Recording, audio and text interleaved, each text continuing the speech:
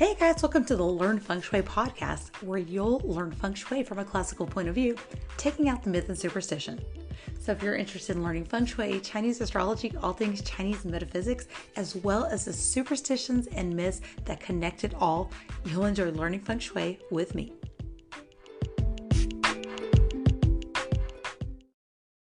Hey guys, welcome to the Learn Feng Shui podcast, where ancient traditions meets modern living. I'm Candice Berlanga, certified Feng Shui practitioner and a red ribbon professional with the International Feng Shui Guild. Today we're talking about Qing Ming, or Tomb Sweeping Festival. We're exploring 5 simple and meaningful ways to incorporate ancestral remembrance into your life. Plus, we'll be discussing some of the common taboos associated with Qing Ming and Tomb Sweeping Festival and what they mean. So, whether you actively celebrate or just want to feel more connected to those who came before you, I think this episode will have something for you. Let's get into it. April 4th marks the solar term Qing Ming, meaning clear and bright. This signals the arrival of a festival that bears its name. As nature awakens, families honor their ancestors through something called tomb sweeping, offerings, and reflection. But even if you don't observe this Qing Ming or tomb sweeping in a traditional way, there's still meaningful ways to connect with your lineage and your ancestors, which I believe is very important. So let's explore 5 ways to honor your ancestors in daily life. That brings me to my first point, honoring your customs and cultural traditions. If you have a specific ancestral tradition, it's best to practice those to keep that lineage alive. Teaching your children and practicing with your relatives can bring that sense of connection. So whether it's maybe celebrating festivals like Qing Ming, maybe you cook a traditional family recipe, maybe one that's been passed down, or you use the rituals that are inherited through your culture or custom.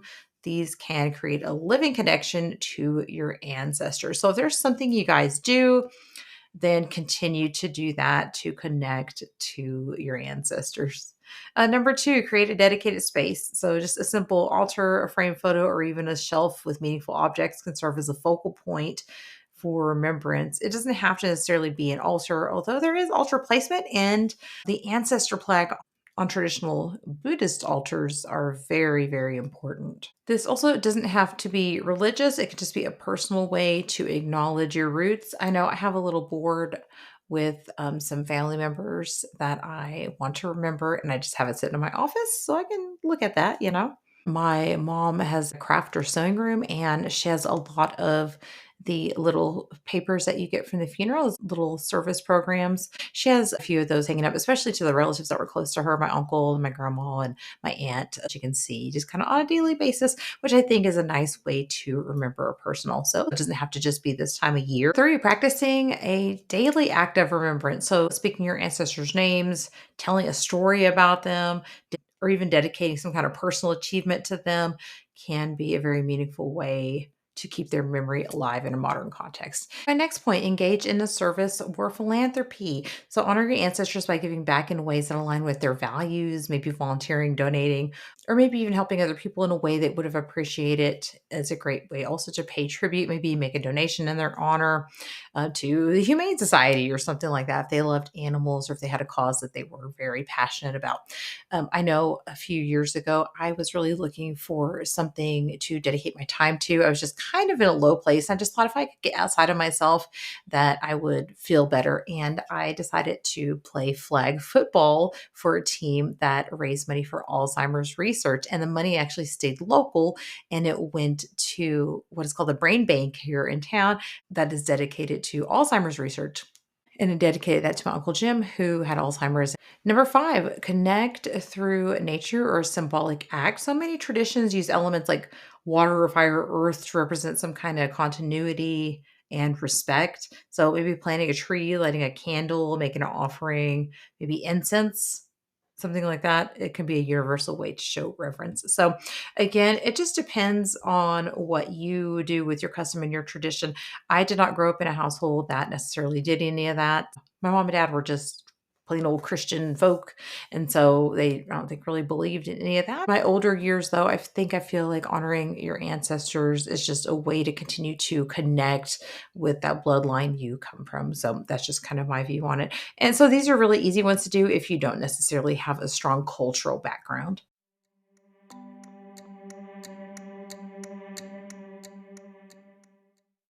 let's learn all about Tomb Sweeping Festival now. I want to start out by talking about the taboos that are associated with Tomb Sweeping Festival here. And I'm going to put all my links in the show notes. This is from English.gov.cn, the State Council, the People's Republic of China. In Beijing, Qing Ming Festival is known as the English as Tomb Sweeping Day. It's a time when Chinese pay tribute to deceased family members and ancestors. As government officials and party cadres are about to join their fellow tomb sweepers, they have been told to shun certain inappropriate behaviors. The day before the festival, a list of do's and don'ts is shared on Chinese social media after being published by the official magazine of the Central Commission for Discipline Inspection of the Communist Party of China. Number one, don't drive a public car to your family tomb. So, using public vehicles for personal use was a prominent issue. CPC, National Congress authorities, have been cracking down on the misuse of public vehicles. The article warned that cadres found to violate this rule will be made to pay all the costs incurred, and violators will also be punished. Don't hire feng shui masters or mediums during this time. No playing with ghosts. In cultures, death is commonly linked to superstition. Cadres have been warned to maintain a distance from the practices because, as communists, they're supposed to be true believers of materialism, and superstition has no part in this. There are cadres who have blatantly engaged in superstitious acts on Tube Sweeping Day, and they hired feng shui masters or mediums to contact ghosts, casting a very bad influence, the article said. Superstitious practices seriously violate party rules and code of conduct, and serious offenders will be expelled from the party. And I don't even know what that means, but that sounds harsh, okay? Don't make a scene. Well, it's custom to burn paper money and other offerings at the tombs. The disciplinary watchdog cautioned cadres not to overdo it.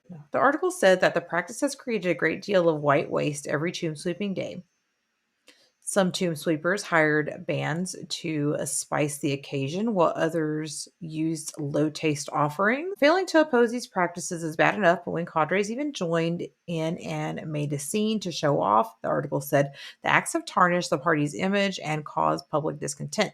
Extorting money under the cover of funerals, damaging public or collective assets, and using public funds to accommodate visiting officials. Offenders will be punished. The article said that cadres should lead the mourning in a frugal, environmentally friendly, modern, and civic minded ways. It is said, after all, that sincerity is all that counts. Sincere mourners, even through practicing frugality, will be awarded with peace of mind and a clear environment. But the article does not address a new and somewhat bit controversial phenomena, virtual tomb sweeping. So I thought this was interesting. Since 2008, Chinese have a day off of work for tomb sweeping, which usually becomes 3 days when linked to a weekend. But some people, squeezed by work or living far away, choose not to travel back to their hometown. But now internet firms have allowed them to pay tribute by virtually sweeping the tombs just by tapping on their smartphones. Manager of a cemetery in the southwest Sichuan province said that the cemetery has continued to try new things, replacing paper money with flowers and fruits, planting trees, reciting poems, writing calligraphy. These environmentally friendly sweeping practices have been encouraged by the government. However, the general public are not very supportive of the online mourning, as mourners are not actually there themselves. Online mourning is the latest effort to try something new, says the cemetery manager. It follows a trend making tomb sweeping a spiritual experience, but we mourn together even though we're physically apart, so why not? And I thought that was interesting. Even maybe virtually visiting your family plots or something like that, maybe is the way to go if you can't be there physically. And for goodfengshui.com, I'm not going to read the whole article because it just kind of goes into some fallacies about Qing Ming Festival and some of the misconceptions associated with it. It basically just emphasizes the importance of the annual event, which is traditionally observed around April 4th or 5th. The time for Chinese to honor their ancestors by cleaning grave sites, making offerings, and strengthening their bonds, which really is the goal here. One prevalent fallacy addressed is just the belief that the married daughters should not return to their parental homes to participate in the ancestral rites during Qing Ming due to concerns about diminishing family wealth or good fortune. But the article refutes this and says that a married daughter shares the same lineage and has every right to pay respects to her ancestors, and that her participation actually embodies what is called filial piety and sets a positive example for future generations. I had to look up what filial piety was. So it's basically a fundamental virtue in Chinese culture and many other East Asian traditions. And it refers to like this deep respect and devotion to your parents and elders and ancestors. And the concept just really emphasizes honoring one's family through obedience, care, and maintaining these ancestral traditions and participating in them, including Qing Ming. So I think it was really believed that since the daughter was married and the son carries on the lineage and the family name, that the daughter would not participate because it would diminish the wealth of the family. And I think that just kind of goes back to the kind of just a more male centered society in different countries.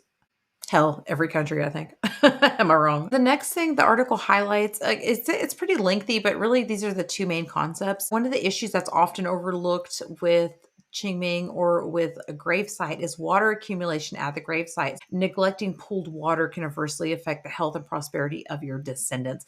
We know that good feng shui ends at the grave, right? And that neglecting the tombs can cause issues, it's said, with the descendants. Neglecting water that can pool because of the way the tombs are shaped. They're kind of shaped in a horseshoe kind of shape with the support, which is supposed to be for creature embrace. It kind of looks like a round armchair. Therefore, the water will tend to pool up sometimes. And that is said that you're just supposed to inspect the gravesite and make sure there's proper drainage. Because even after the person's passed away and passed on, you still want to have a positive feng shui for burial. I found a really interesting article, which I'm gonna have to revisit a little bit more when I talk about of yin feng shui or feng shui for burial. One thing that talks about here, it says that during the time of the earliest ancestor worship, there were no tombs. Ancestor worship was always connected to a home altar and ancestral temple.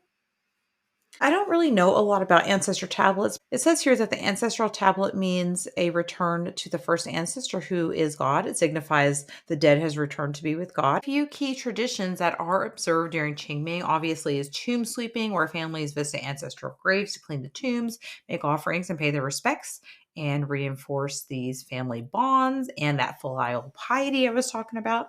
Spring outings. People will take advantage of the pleasant spring weather to enjoy outdoor activities, appreciating spring's return and things turning green again, just that kind of rejuvenation of nature. Flying kites. Flying kites was actually popularized during Qingming, where individuals fly kites in various shapes, symbolizing the release of bad luck and welcoming good fortune. Consuming green rice balls that are made from glutinous rice mixed with the juice of wormwood leaves represents the flavors and colors of spring. So just engaging in these practices, Qingming Festival serves as time for reflection, remembrance, and a celebration of life and renewal. I just want to share a quick little story. My mom's from a little town about an hour and a half west of where we live at right now, and a lot of my family still lives there. 2 years ago, my mom told me she was going to go to our family cemetery and lay flowers and clean the graves up and stuff like that. But it happened to fall on Qingming. It was April 5th that year.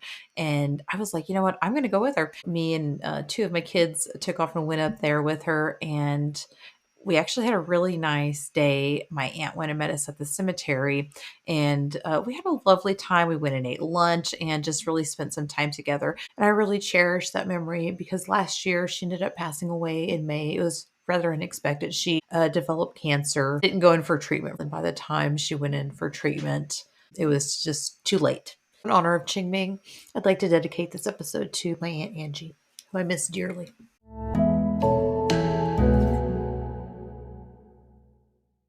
All right, guys, I don't really want to end on a sad note. So I hope you enjoyed this episode. Just find some ways to honor, maybe your loved ones that you miss. And hope you found some interesting information there.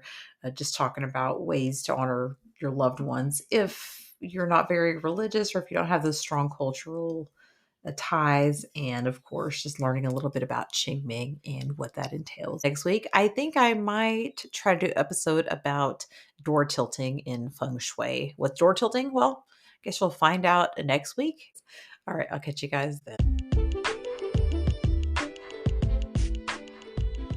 For a free energy mapping of your floor plan, please check the link in the show notes. To support today's podcast, go to learnfengshui.com. Sign up for emails, leave a review, and share with your family and friends.